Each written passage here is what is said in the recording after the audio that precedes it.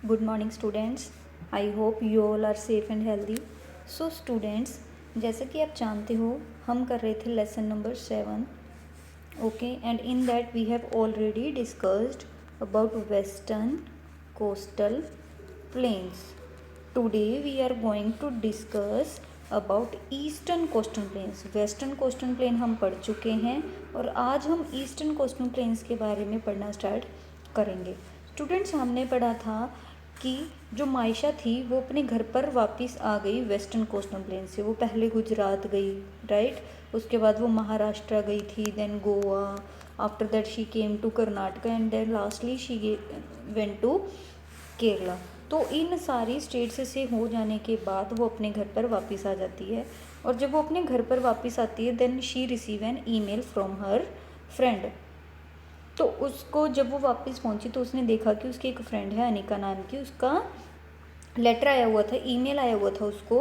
और उसमें उसने बताया हुआ था उसको लेटर के अंदर कि मैं ईस्टर्न कोस्टल प्लेन्स में घूमने गई थी. ठीक है. अब मायशा वेस्टर्न में घूम के आई है और जो उसकी फ्रेंड है अनिका वो ईस्टर्न कोस्टल प्लेन्स में जाकर आई है.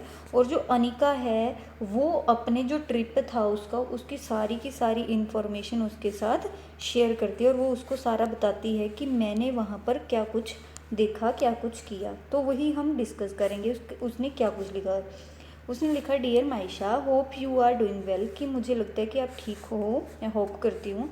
आई came back from my trip to the eastern coastal plains of India yesterday.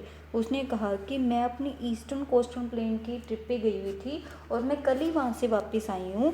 My uncle, aunt and cousins visited us for a holiday when we plan to drive all the way from Odisha to Tamil Nadu along the coast of the Bay of Bengal. उसने कहा कि मेरे uncle aunty और cousins आए हुए थे हमारे पास और फिर हमने प्लान बना लिया कि हमें घूम के आना चाहिए. और फिर हम उड़ीसा से लेकर तमिलनाडु तक, पूरा बे ऑफ बंगाल तक के एरिया तक हम वहाँ सारी स्टेट्स को घूम के आए.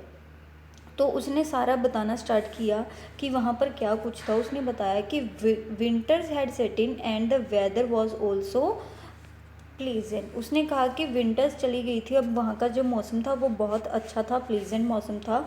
विंटर्स हालांकि वहाँ पर हॉट एंड समर वहाँ पर हॉट एंड ह्यूमिड पाई जाती है. उसने ये भी बताया कि ये जो ईस्टर्न कोस्टल प्लेन वाला एरिया है यहाँ पर बहुत हैवी रेन होती है, मीन्स बहुत बारिश होती है यहाँ के एरिया में. स्पेशली जो तमिलनाडु का एरिया है अक्टूबर के मंथ में वहाँ पर बहुत ज़्यादा रेन होती है. तो हमने 3 चीज़ें पढ़ी कि एक तो विंटर का जो मौसम था वो कैसा था, प्लीजेंट था. समर में कैसा था, हॉट एंड ह्यूमिड था. प्लस और हमने क्या पढ़ा कि जो तमिलनाडु है वहाँ पर अक्टूबर के मंथ में क्या होती है, रेनिंग होती है. क्लियर. उसके बाद वो आगे गई. उसने कहा कि we started our journey with the visit to Konark temple in Odisha. उसने कहा कि जब हम घूमने गए तो हमने सबसे पहले हम कहाँ गए, कोणार्क टेम्पल में गए जो कि ओडिशा में है. Okay students. उसने कहा कि ये जो टेम्पल है ना ये चैरिट स्टाइल में बना हुआ है जिसके अंदर 24 व्हील्स लगे हुए हैं. मतलब कि जैसे क्रिश्चियंस होते हैं ना उनकी तरह का बना हुआ है ये जो मंदिर है कोणार्क सन टेम्पल. और क्योंकि ये और ये जो 24 व्हील्स लगे हुए हैं इसको, ये किसके लिए है, सूर्य देवता के लिए बने हुए हैं, सन गॉड के लिए बने हुए हैं. ओके बेटा. उसके बाद उन्होंने बताया कि ये टेम्पल कहाँ है. ये टेम्पल बना हुआ है डेल्टा के पास और वो डेल्टा कहाँ पर है, महानदी रिवर पे. ठीक है. उन्होंने कहा कि वो गए थे कोणार्क टेम्पल में, उड़ीसा के अंदर है और वो कहाँ पर बना हुआ है, महानदी रिवर के पास बना हुआ है.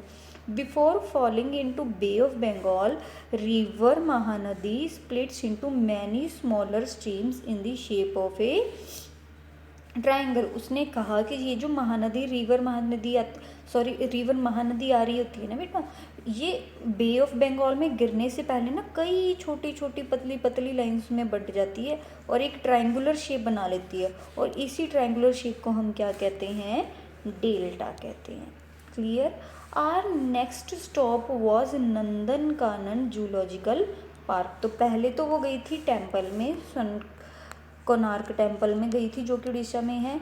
अब वो कहाँ पर गई है, एक जू में गई है, जूलॉजिकल पार्क में। वो कौन सा है, नंदन कानन जूलॉजिकल पार्क। और उसने वहाँ पर क्या देखे, वहाँ पर उसने वाइट टाइगर देखा, राइट।